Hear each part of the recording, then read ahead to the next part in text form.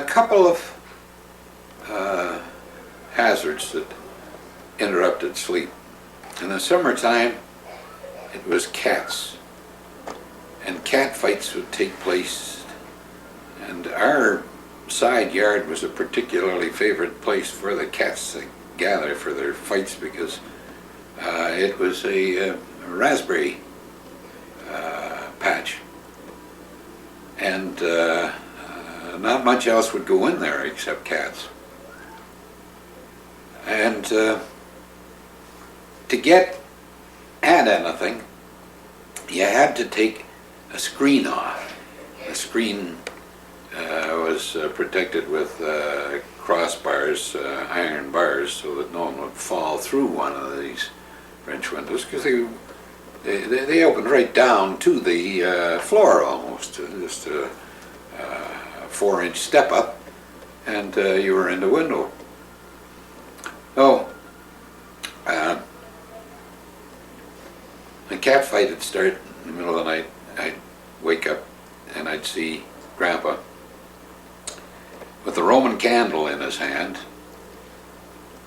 and aiming the shots as the shots came at the cats and dispersing the cats that way. And then he'd have to, after he'd dispersed the cats, he'd have to put the screen back up on the in position for security purposes, and then back into bed. And occasionally the cats would return, and Grandpa was a patient man. In his impatience, he'd get up and he'd take the screen away again, and he'd light up another Roman candle, and he'd break up that fight too. The other hazard was pigeons. They used to loft in a gabled window, above a gabled window, in the O'Leary house, which was right next door. And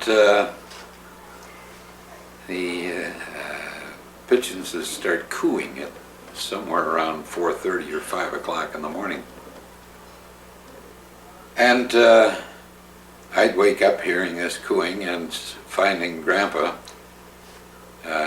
squatted on the floor with the screen off and an air rifle in his hand, and he was shooting at the pigeons. Well, this air rifle didn't have enough power to kill a pigeon unless it really hit it right in an eye or something like that. But it did scatter them. It'd give them enough of a sting that they knew that they were under attack, and they'd disappear. And so that way he could get some sleep again.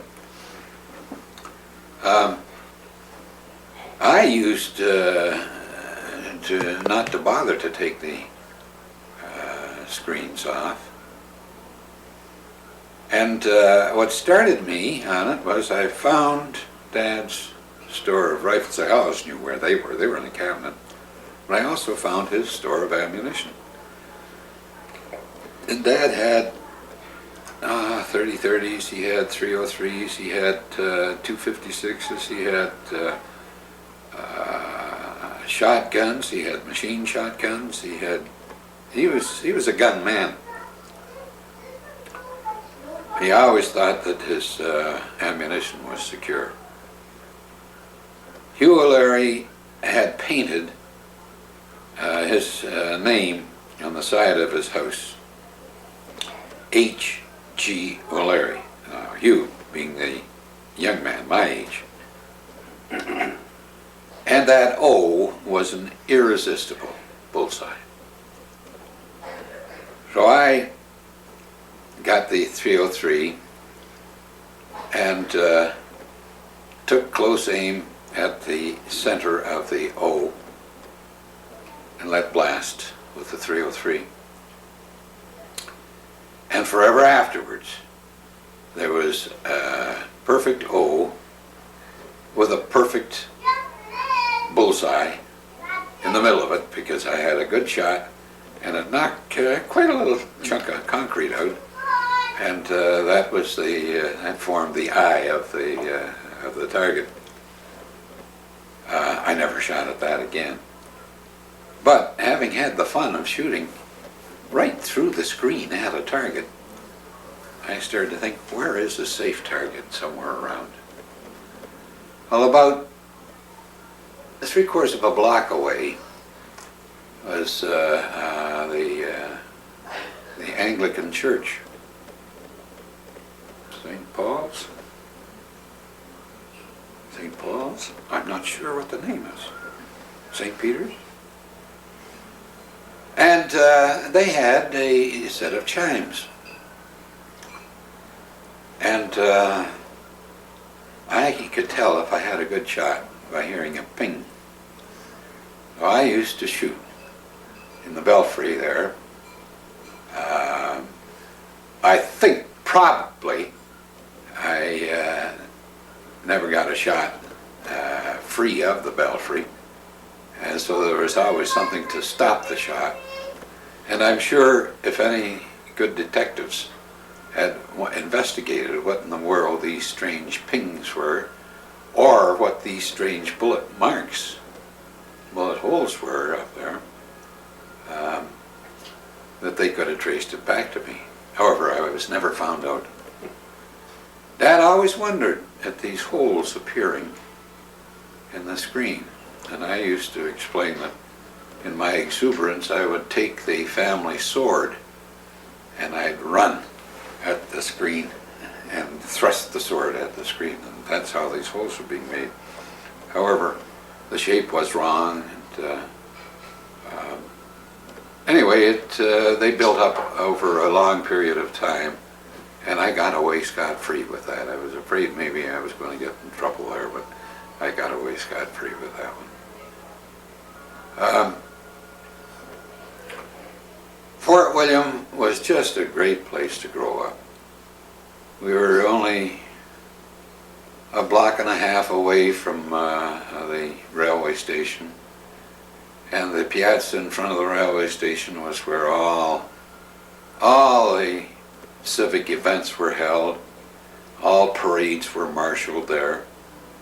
The subway under the railway tracks led to the docks, and right there was the rowing club, and the rowing club became very, very important to me. I did a lot of training there. When we were in serious training, we lived right in the rowing club.